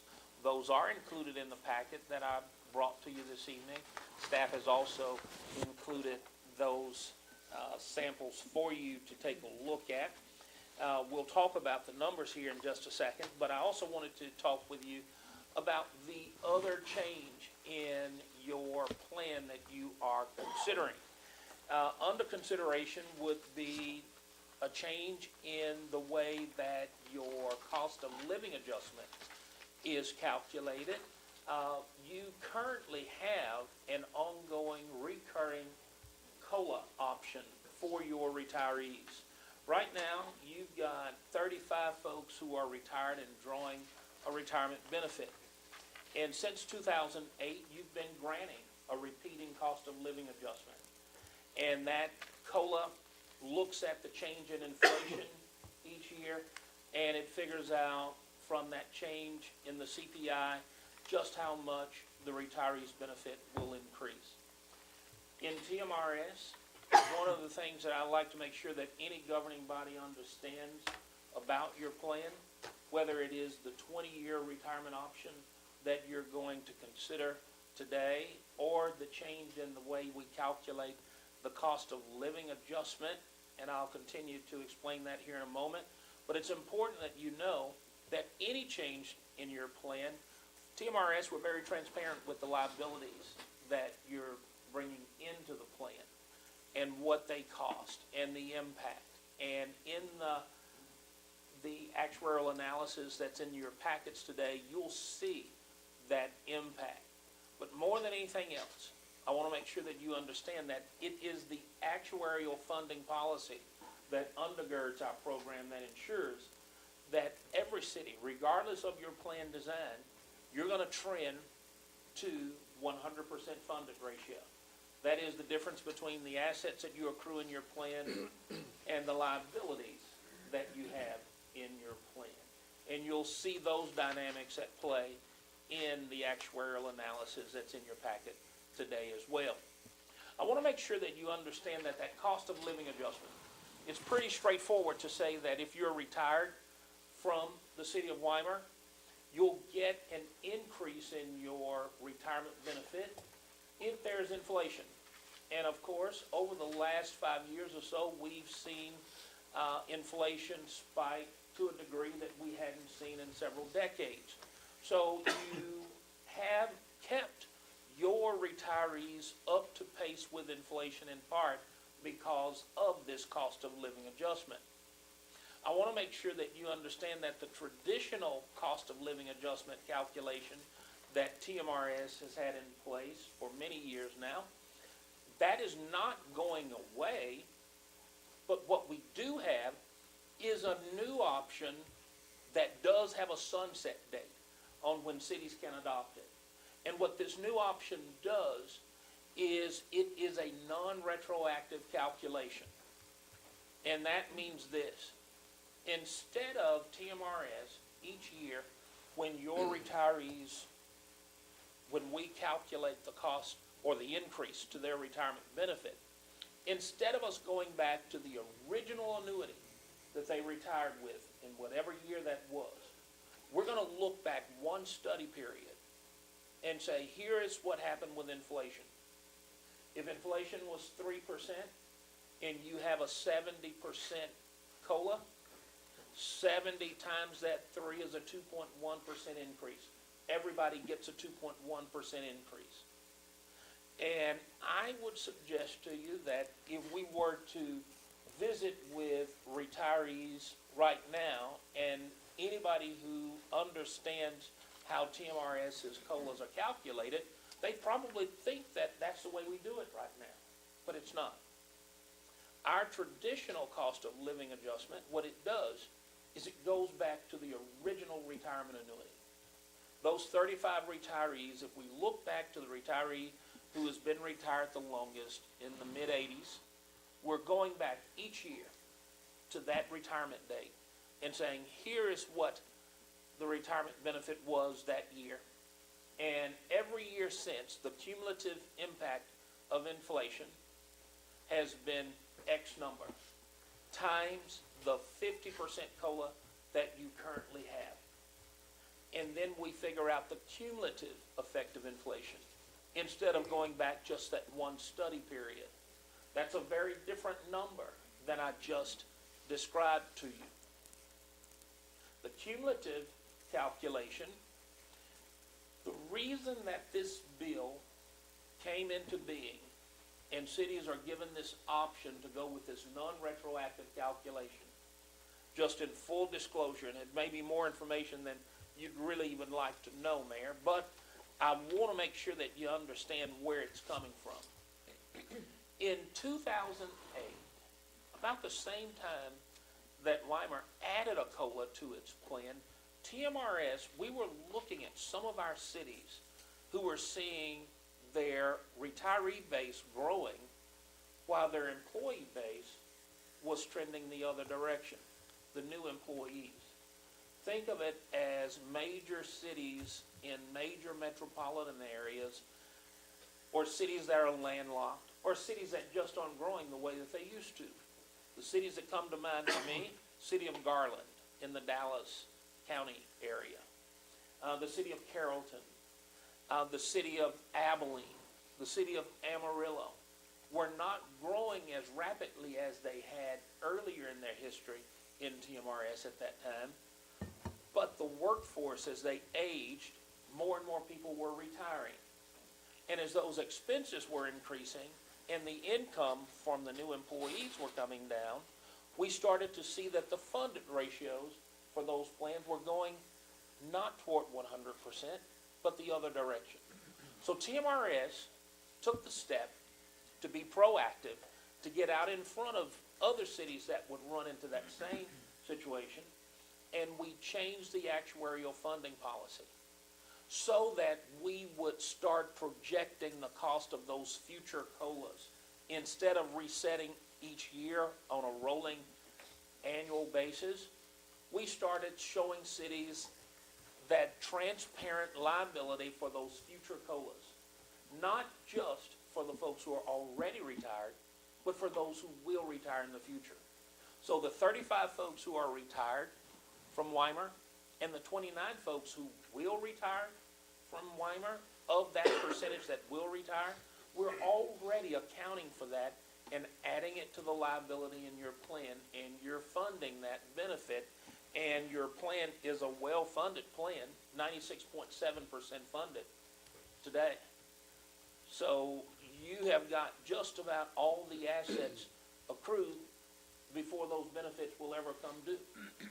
That's the change that we made back in 2008.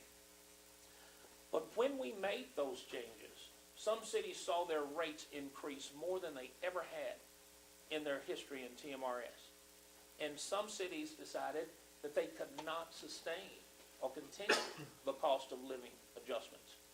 And while we told them at that time, it's going to be a bitter pill to swallow, but we'll be able to come back to you in a decade and show you the proof. And more than a decade later, we can show the proof. We can show that Weimer's plan is 96.7% funded. And that's not unusual for our cities all across the state of Texas.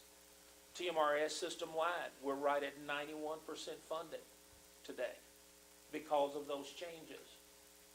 And when a city like an Amarillo, like an Abilene, like a Garland, like a Flower Mound, when those cities turned off their COLAs, and for years now they've come back and said, we'd like to resume paying COLAs.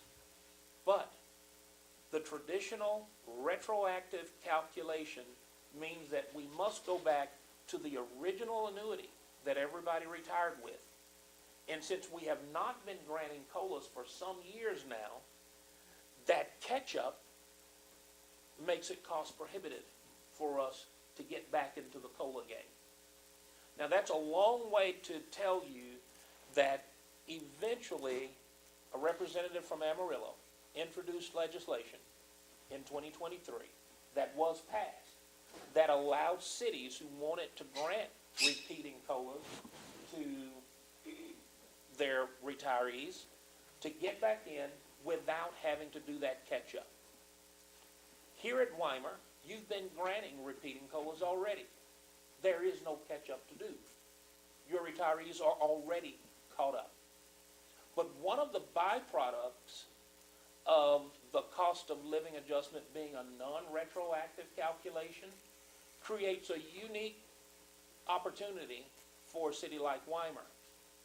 Because you want to continue granting, repeating, recurring COLAs, and because this new non-retroactive calculation turns out to be less expensive liability-wise than the retroactive calculation, it would actually allow you to increase the percentage for your retirees at a lower cost than the 50%. And that's why it was included along with the 20-year any age retirement option. When you look at the cover letter that is included, you'll also see another change in your plan, but I want to make sure you understand why it's included. The 100% updated service credit without transfers, that's an optional feature that comes in the plan that is related to active employees. This feature is always taking a retroactive look at your members and looking at their history in TMRS to figure out if they're due any additional credits toward their retirement benefit, either because the plan is improved or their salary is improved dramatically at some point during their career with the city. It is tied in statute to the cost of living adjustment. So, as a matter of procedure, you have to re-adopt it if you do change your cost of living adjustment. And your non-retroactive calculation for the cost of living adjustment means you'd have to re-adopt your updated service credit that you've already got in the plan, along with the 20-year retirement eligibility. Those changes, if you were to look in your packet, the comparison of alternate plan designs shows you the impact to the plan's financials. Your total contribution rate would go from 12.85% in 2025 to 15.86% in 2025. And you can see inside the packet what that means in dollars. Your staff could give you a more exact number, but we project that change to come out to about $44,000 for the year. Instead of $200,415, you'd pay in $244,717. That's what we're projecting in 2025. And you can see where it's projected to go going forward. I would point out to you, if you look toward about the year 2030, you'll see that your rate is projected to start to fall again. That is because you've got ladders of liability in your plan that are continuing to fall off and will continue to wind their way down. And that number is expected to continue to decline over the coming years. Part of your rate, when you look at that landscape document, the comparison of alternate plan design, when you look at those two plan comparisons, when you look at your rate, your normal cost and your prior service rate, you'll see that those numbers are affected by this plan change. If we were to look forward to about 2030, you would find that that prior service rate will start to decline the most, and eventually your full rate will end up back at about your normal cost when you've paid for all of the COLAs and the additional liability that's added to the plan with the 20-year retirement eligibility requirement. And your total liability that you're adding to the plan, right now, it's your unfunded liability is at $321,000. It would move to $673,000. That's a difference of about $350-some thousand in unfunded actuarial approved liability. That's the impact of the change that's under consideration. Benefit-wise, one of the things that councils will ask when they consider the 20-year any age option is, does this mean that our employees who would suddenly become eligible to retire, what's the experience? Do we see these employees immediately retire? Rarely. Rarely do we see that happen. In reality, people retire when they can afford to retire. But it is nice to have the option to retire. And getting that 20-year any age eligibility, what it also does is when you are recruiting employees with experience to come to the city of Weimar, it is not uncommon, if you're going to get somebody who's mid-career, if they're at a different TMRS city, a 20-year city, and they're 5 years from qualifying for retirement, not that they're going to retire, but they're 5 years away. They can see the finish line. And then to be offered a position that would put them 10 years away from that finish line, that weighs into that decision. Even though the behavior tells us they're not going to leave either of those jobs until they can afford to, but the decision on where to stay or whether to stay or go, that's real. That's not an anecdote. We've seen it play out time and time again because they would have to meet the higher requirement of the two if they were to come to work at Weimar, a 25-year city. With that said, and I know it's a lot, especially when you don't look at TMRS on a regular basis, I'm going to stop here and open it up for questions that you might have for me.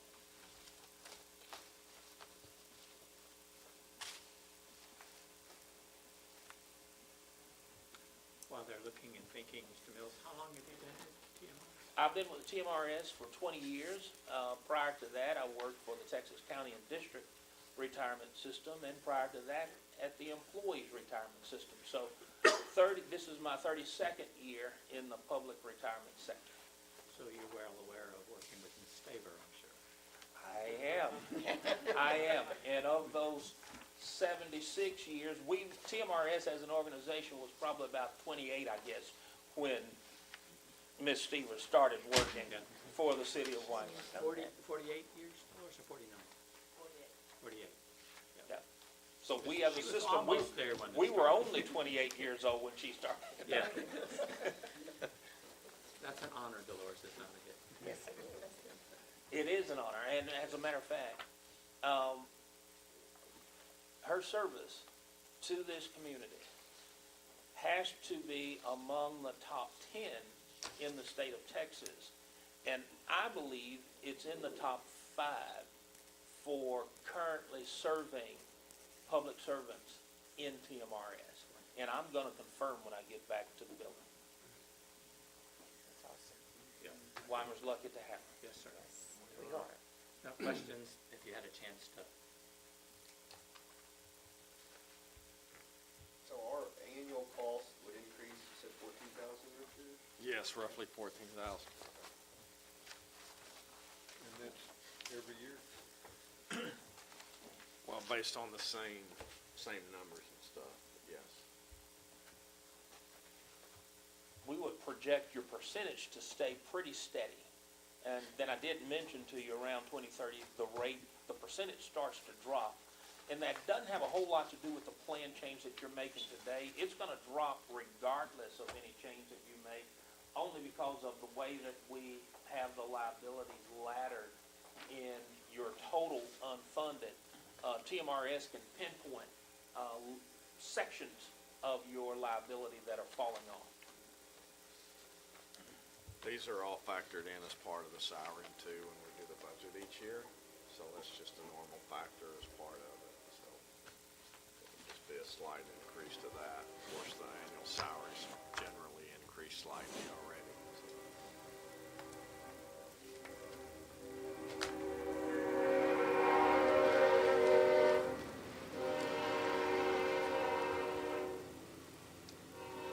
No one else has any other questions? Thank you, Mr. Mills. Thank you. Thank you. Thank you, Mr. Merry Mayor. Christmas. Merry Christmas to you all, and hook 'em horns, Mayor. Yes, sir. Okay, council, so if you're looking in your packet there at the bottom, it does say council motion. If you're so inclined to make that motion, it is stated there, if you would read that accordingly. So if someone is inclined to approve or deny.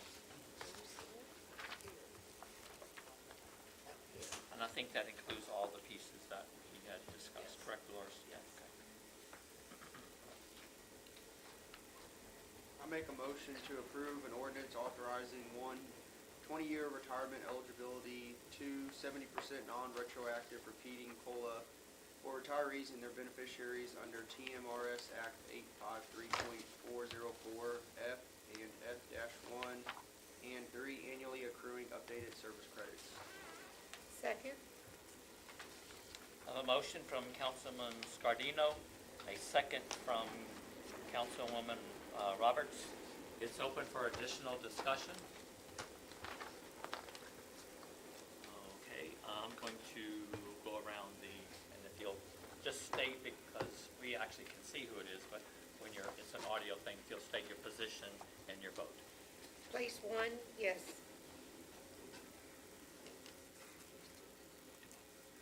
Oh, place 2, yes. Place 3, yes. Place 5, yes. And made it known that Mr. Tucker's not here, Dolores? Okay. Approve unanimously. Okay, we'll move to agenda item number 10, discussion and action on TDS proposed partnership in driveway replacement and wastewater treatment roadway replacement. Mayor, council, so on this item, TDS approached us about a month ago, asking if we would partner with them in making driveway repairs, primarily to the approach to the transfer station. The transfer station the city does own. They had gotten quotes, and to have that completely replaced with 100% concrete would be $90,000. The second part of this is that the backside of the transfer station around the wastewater treatment plant, that the gravel road around that is in disrepair and needs to be resurfaced with the gravel, better road base brought in there. We got an estimate on that to be completed, and that's roughly $21,000. And TDS would be interested in partner with that should council choose to partner on these repairs. So the lease says that they're on the hook for any damages. Yes.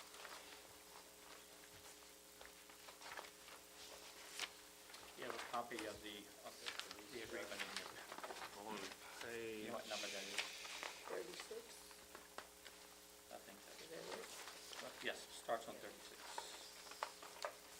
And goes through, I don't recall what it looked like Well, it's, when they started. I think it's, it starts on 36, page 36 of your packet. Has Bo reviewed our contract and kind of agreed with them that we should split it, or is it kind of like, no, do you know? no, he did not review it. Looks like 36 through 43. Yes. On section 1.3 on page 37, it says, "The lessee shall be responsible for any damage to the property during the lease term or an extension term arising from or related to in any way of the lessee's use of the property regardless of how such damage is caused."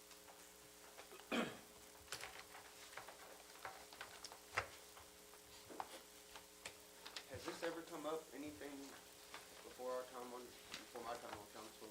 Yeah, they approached us before. Wasn't it something with the guardrail? Is that year, no? I believe it was the same issue. You know, it's potholes and, you know, you got the trucks going nonstop all day long. And it's their trucks. Yeah, So- I have a hard time, me personally, with tax dollars. Yep. in order to fix that. I'm not saying it doesn't need to be fixed, but. Well, it needed to be fixed right, and whatever they did before wasn't right. They did improvements, this came to council just in discussion, they did improvements. Again, that's part of the agreement, that all improvements stay with, Yep. with the facility if they decide to terminate the contract. So just another piece to the agreement there.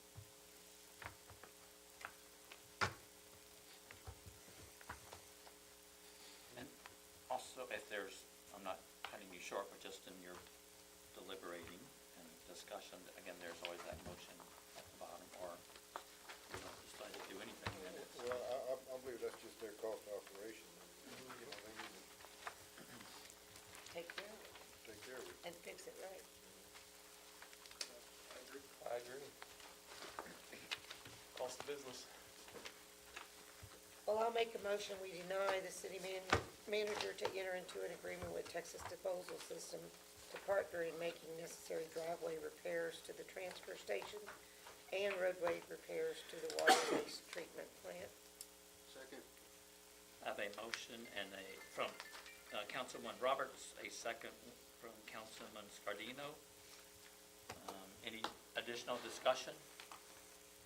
All in favor say aye. Aye. All opposed? Dolores, again, make note, Councilman Tucker was. Okay. Move to agenda item number 11, discussion and action on authorizing the city manager to enter into an agreement with Synergy Engineers for services to design the relocation of power lines for the Interstate 10 project. So Mayor Council, as part of the TxDOT Interstate 10 widening project, the utilities have to be relocated. With that, their engineers reached out to us requesting our relocation plan for our power lines. And we do not have that yet. And in order to obtain that and submit that to TxDOT engineers, we would need to ask Synergy to draw those up and develop that. So their proposal for that is $32,500. The engineers that I was dealing with on this, I asked that, is this not a funded cost through TxDOT? They didn't believe it was, but I'm pretty certain that all of that relocation fees and stuff is funded through TxDOT, but I have yet to speak to the person that I need to confirm that, verify that they are covered fees through TxDOT. So, but in the meantime, this is gonna take some time to get this done, and we would still have to pay for it up front, whether it was covered cost or not, and then we would be reimbursed for those expenses. So we do need to move forward on getting engineers to draw up those plans. Not as quick as we want, but it's coming. It's coming. Any other questions? Okay. I don't think we can just sit here on our hands and wait for it. I move we have the city manager enter an agreement with Synergy for engineering services for up to $32,500 to design the relocation of the power lines for the I-10 project. Second. I have a motion from Councilman Ulrich, second from Councilman Christian. Any additional discussion? Okay, all in favor, say aye. Aye. All opposed? Motion carried. Dolores, again, make note, that Tucker was not present for the vote. Okay.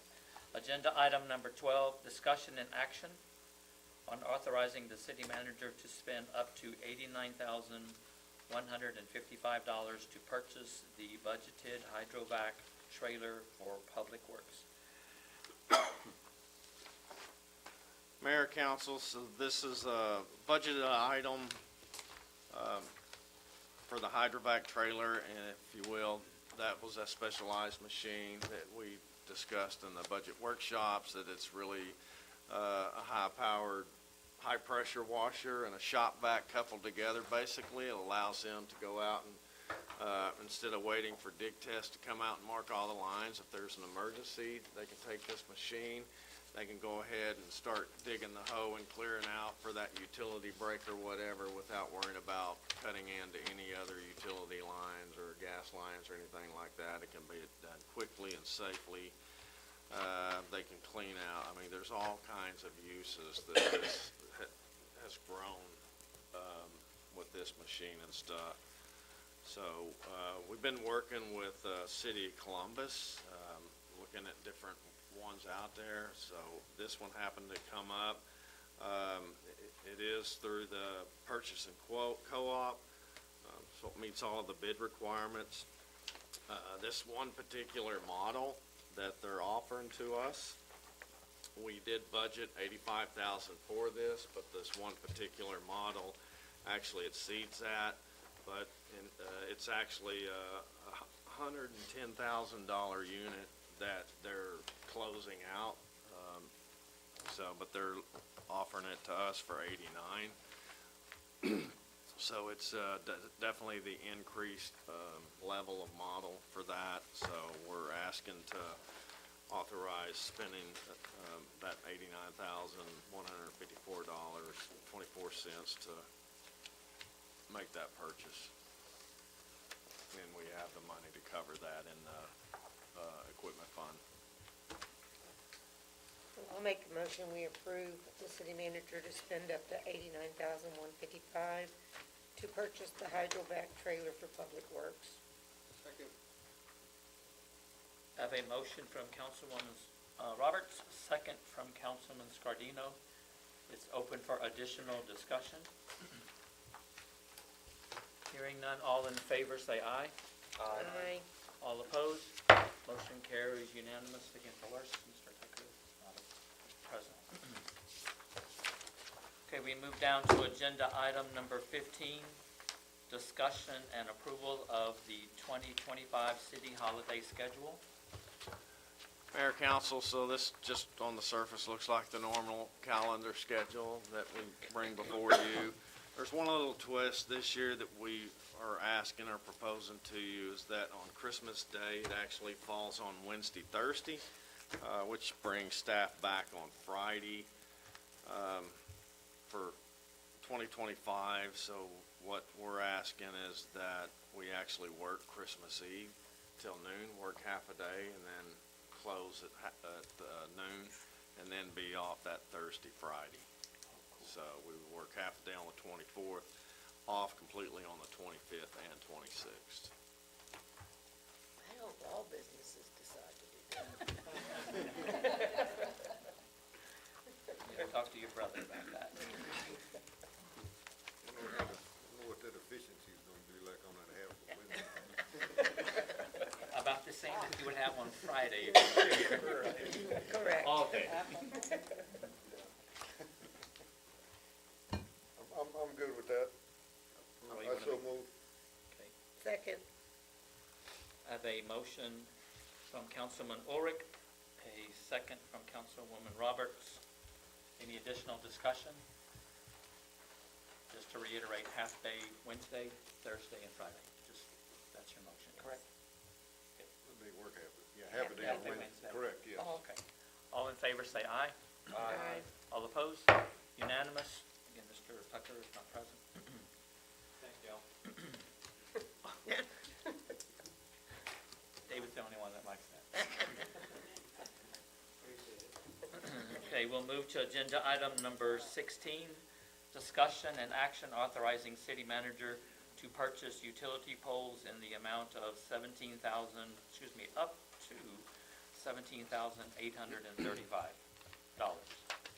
Mayor, council, basically this request is just to replenish our stock of utility poles of various different sizes. Of course, when we place order for poles, we need to purchase a truckload of poles to make sure that we're not having to pay shipping costs and trucking costs for fewer poles, so we try to maximize that as much as possible. So this is just a full load of poles at the different sizes that we need, so that's what this amount covers.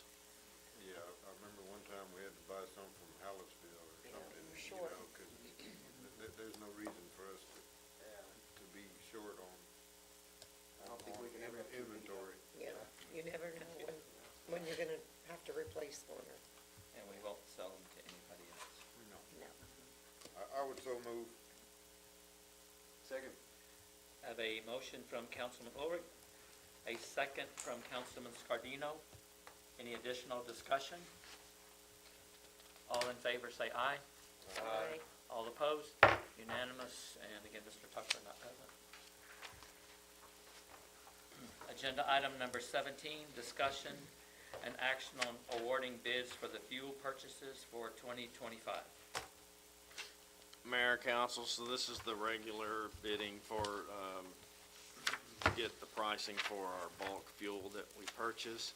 So again, we just received one bid this year, so, you see the, Same as last year, we only had one bid last year too. yeah. Yeah.